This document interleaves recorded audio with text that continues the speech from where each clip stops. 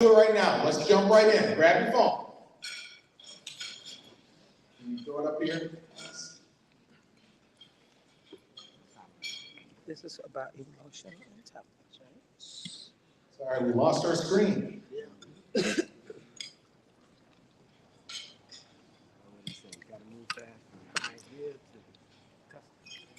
right, there it is.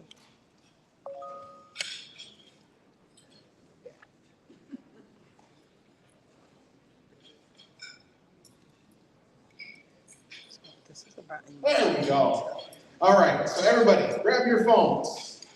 Go to mentimeter.com and enter the code that is on. So we got our code here, which is enter the code 47577431. We lost it again. Not sure what is going on.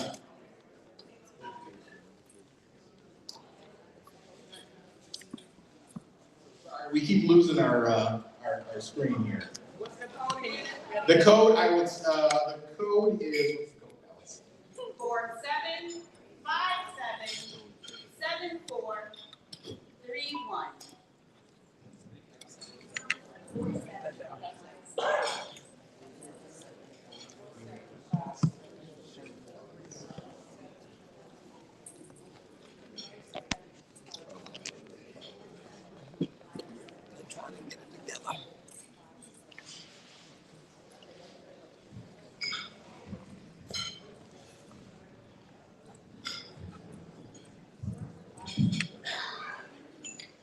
What's the website?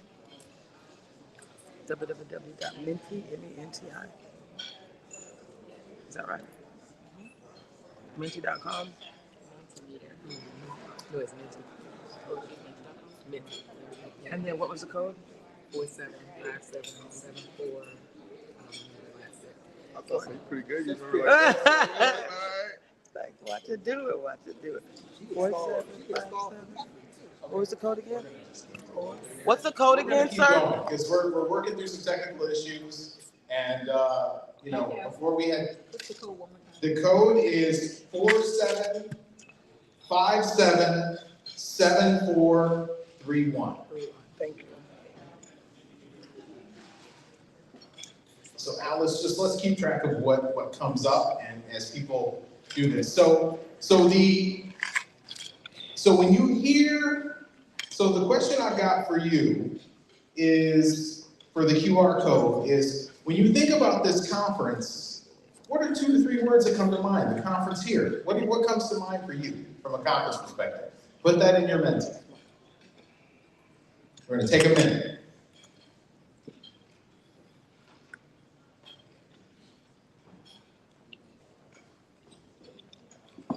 Yeah, thank you. All right, we're seeing words pop up. Networking, leadership, jobs, opportunity, development, Black experience, community, learning. At the end of the day, and a couple other words that pop up: professional, growth, thank you, excellent career, Black professionals, all these things. The great thing about it is the goal at the end of this discussion is that I'm hopefully giving you all some skills that you can use in this conference also, because ultimately this conference is all about networking and getting to know folks. So at the end of the day, we're going to do one more Menti. Let's not worry about that. Let's keep rolling. So now that you all have practiced Mentimeter, we're going to do it one more time. Except this time, I want your honest feedback. When you hear the word emotional intelligence, what are 2 to 3 things that come to mind for you? So when you hear me say emotional intelligence, what does that mean for you?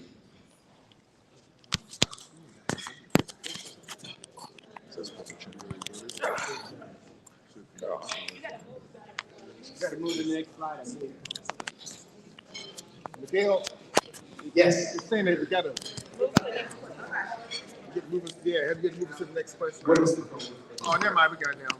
Okay. Same code. It should say 47577431. The second one, what if 2 or 3 words? For the second one, it should be the same code. 47577431.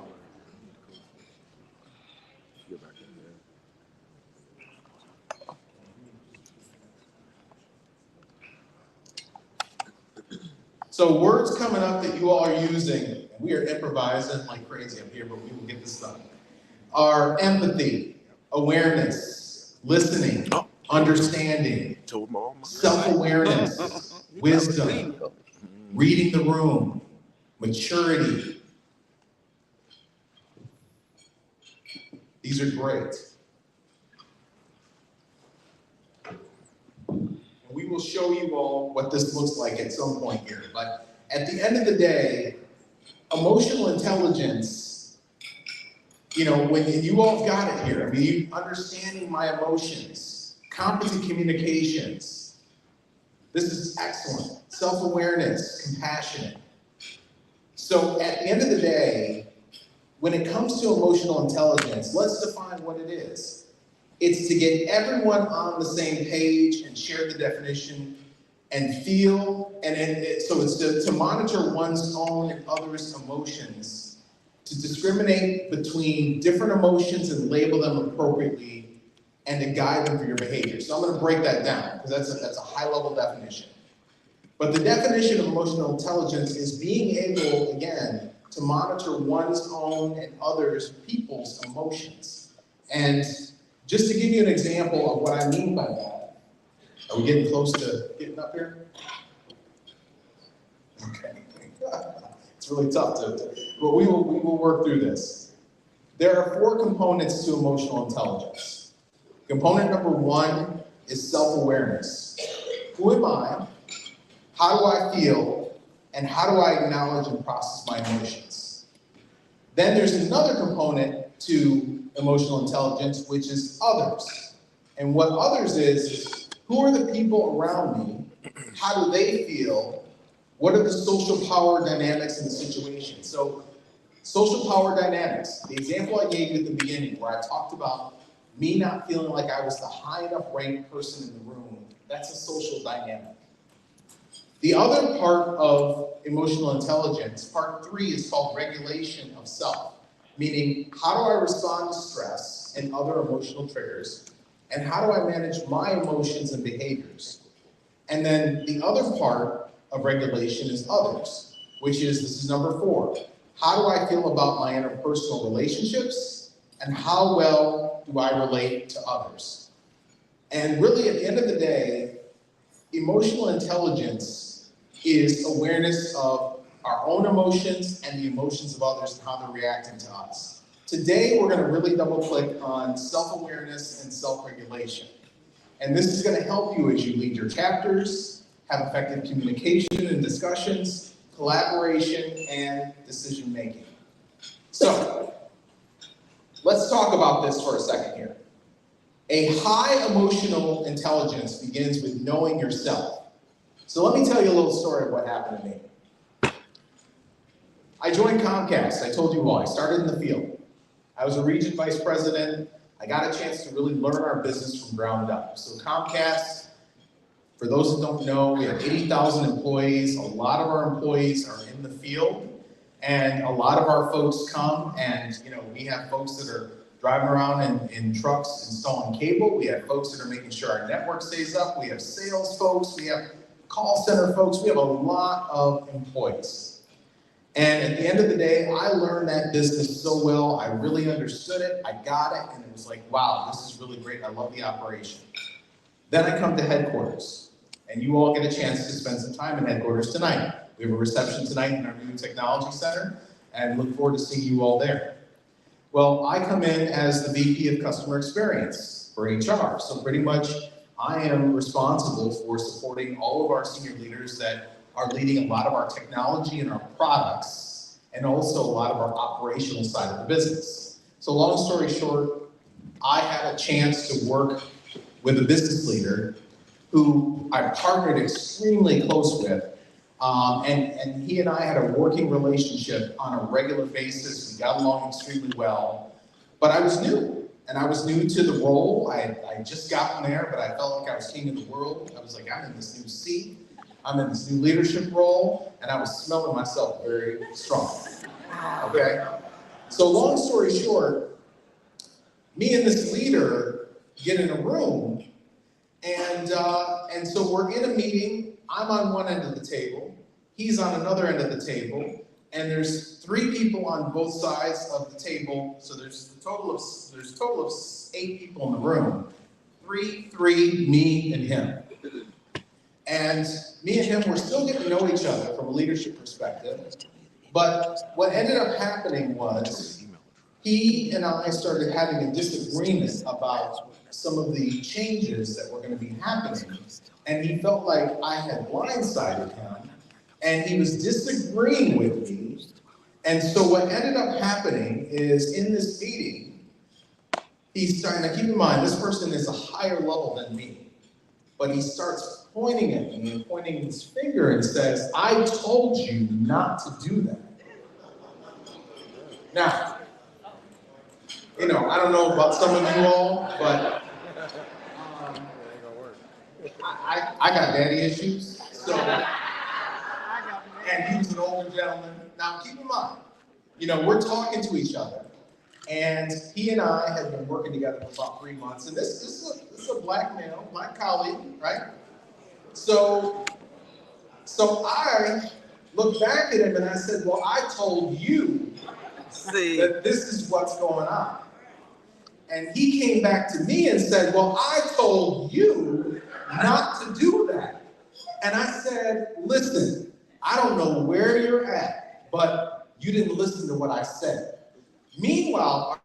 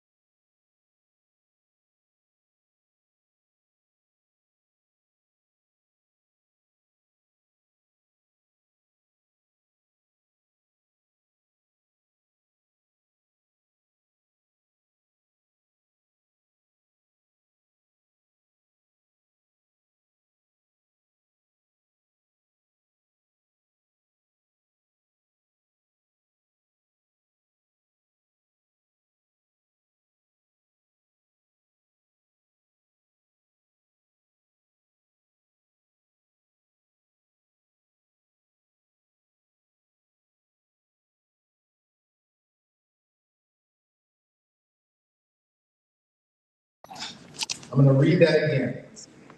People who have had little self-reflection live life in a huge reality blind spot.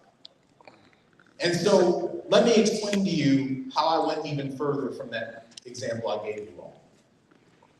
Keep in mind, set the stage. I'm a brand new leader at headquarters. I feel like I'm on top of the world, and then this meeting occurs.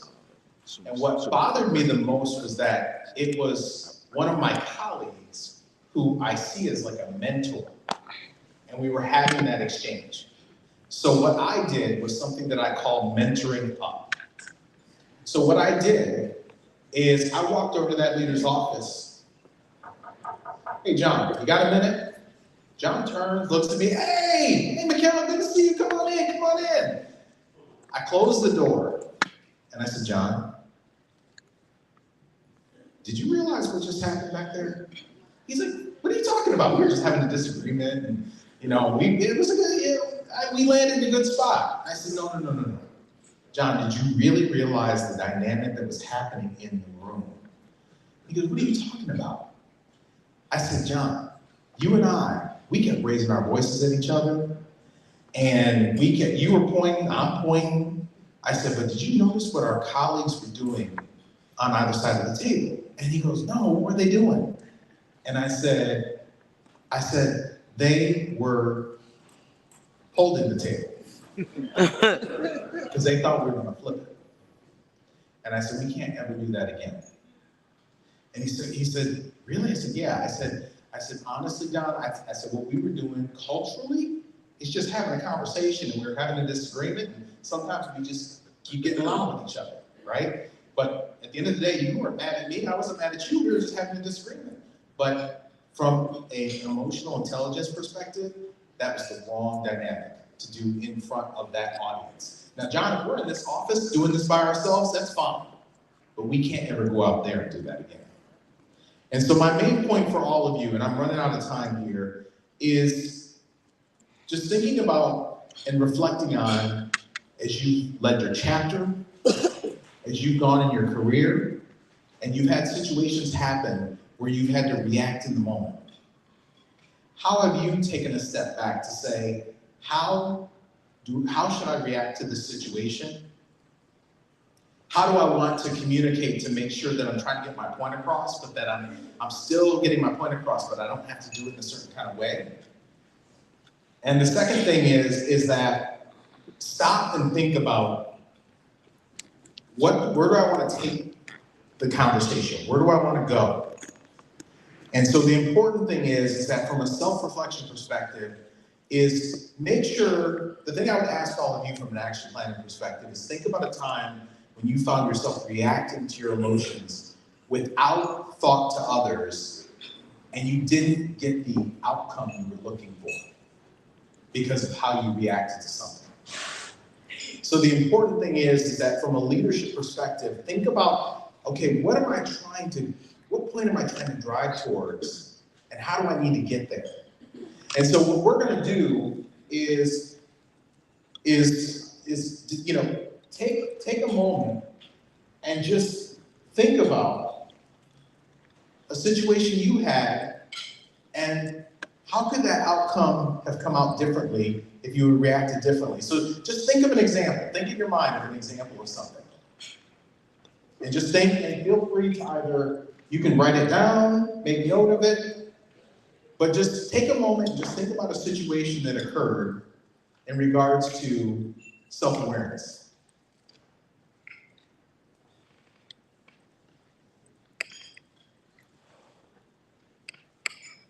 So at the end of the day, we have one more. Are we gonna be able to do one more? Then I can be able to say, okay, all right. So at the end of the day, the important part, because we're skipping through a lot of information. Oh, it went back. Is it back?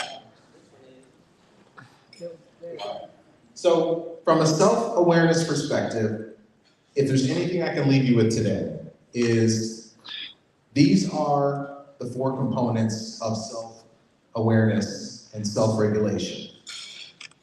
The self-awareness is who am I, how do I feel, how do I acknowledge and process my emotions.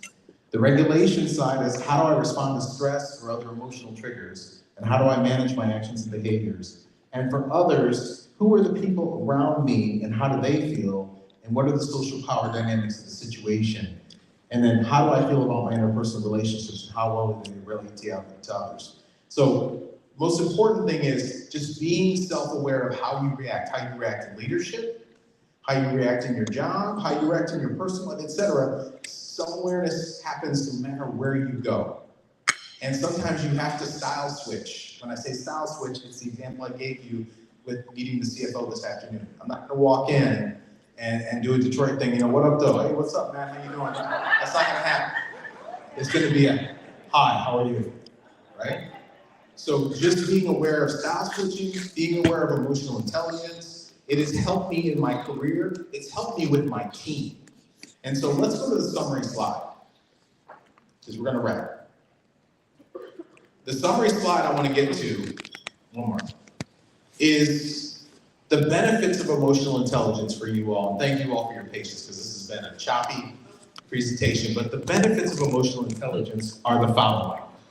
One, it's gonna increase performance, team performance. So for me being more self-aware of what's going on, it helps me with my team. I have one of the highest scoring teams, Alice, don't listen, because I support Alice's boss's boss's boss. So I have one of the highest scoring teams because my team is happy, they love their job, and they know that I want to make sure that they're getting the training, the development, and the opportunities to do what they need to do.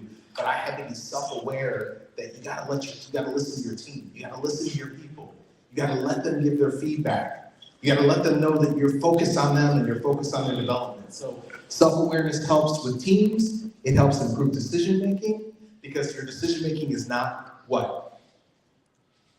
Is not what? Somebody said emotional, right? And then decreased occupational stress, it reduces staff turnover, and it increases personal well-being and increases your leadership ability. And I use it every single day in what I have to do. I just had our corporate tax leader yelling in my ear right before I walked in here, and I said, I really appreciate how you feel. I do. But can we put a pin in that? Because I gotta come in here and present to you all.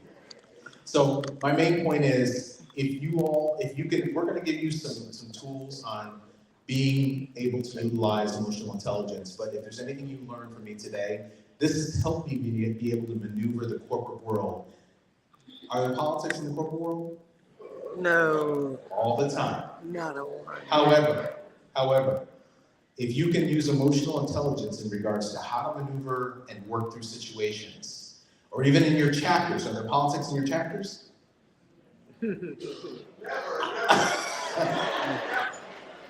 As a leader, use emotional intelligence, and what I would stress, I'll leave you with, there are assessments, there's tools, there's different things out there. We're gonna leave some tools for you all to be able to use and to be able to take back for your chapters to use, etc. But at the end of the day, utilize this, very important. I'm on LinkedIn, if anybody wants, feel free to connect. And by the way, I am a big advocate of LinkedIn and utilizing LinkedIn, but I have to tell everybody, LinkedIn is not Instagram. So please connect with me on LinkedIn, and I look forward to meeting everybody at CCC tonight. I'll open it up for a couple of questions. If there's any questions at all, but I will be at CCC tonight, yes.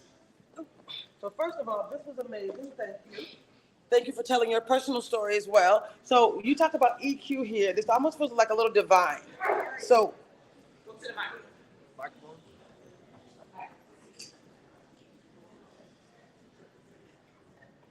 Thank you. Yeah. Wonderful. Just wanted to say, this was amazing. This organization as a whole has focused on optimizing and pouring into our leaders. But we also want to pour into those that lead us within the corporate space. And I like how you talked about the dynamics between you and the Black colleague.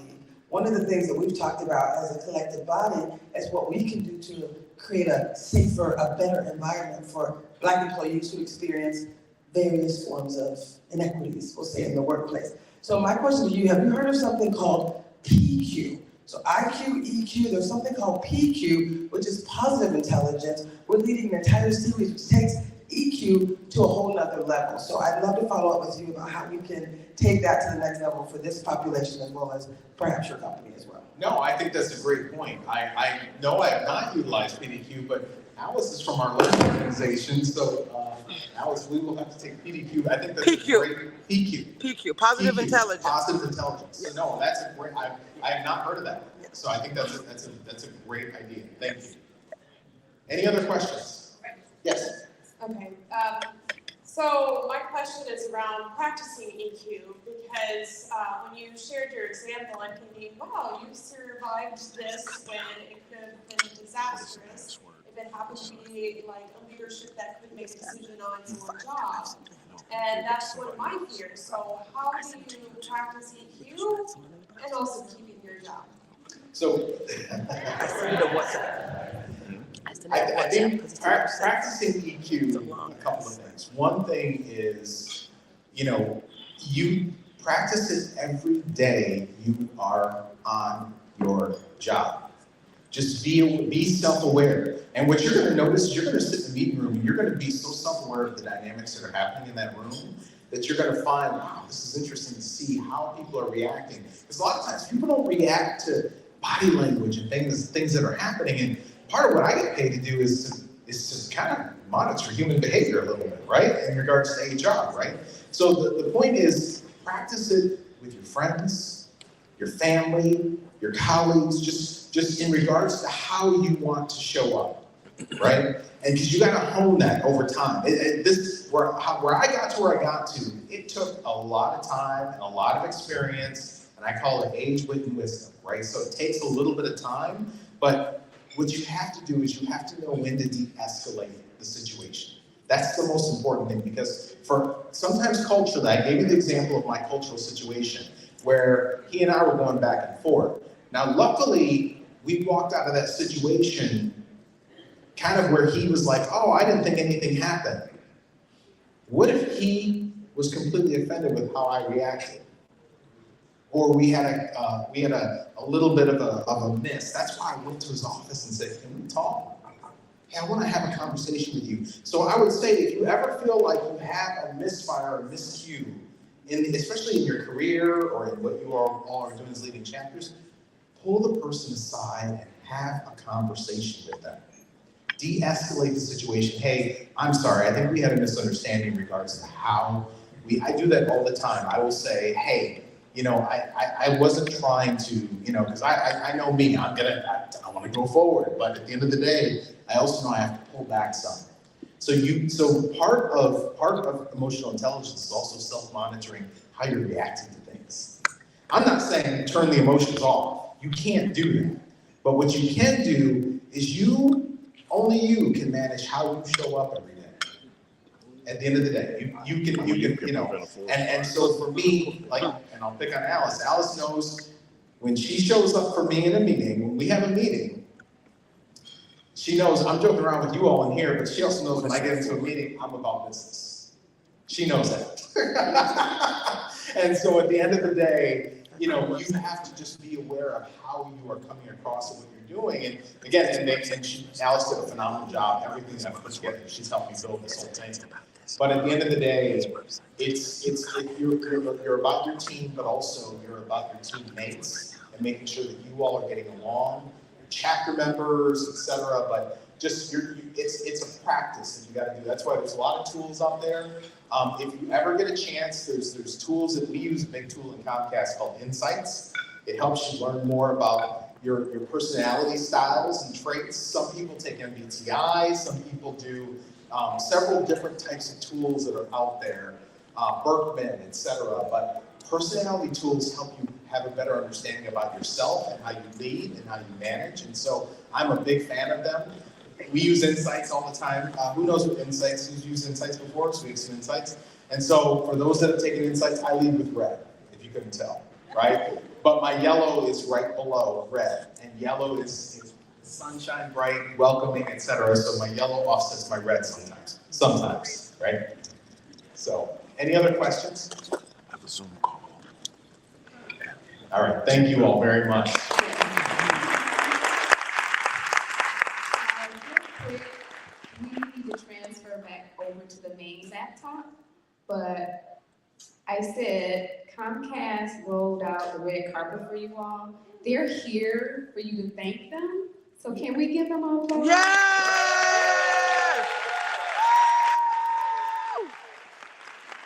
Yes!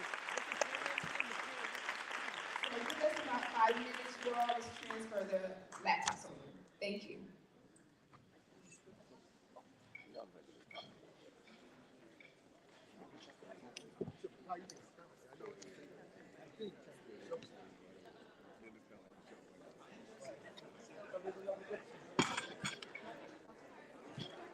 Yes, I don't have any cards on me, no, but are you going to be at the event tonight? I'll see you at the reception. MIKELSET.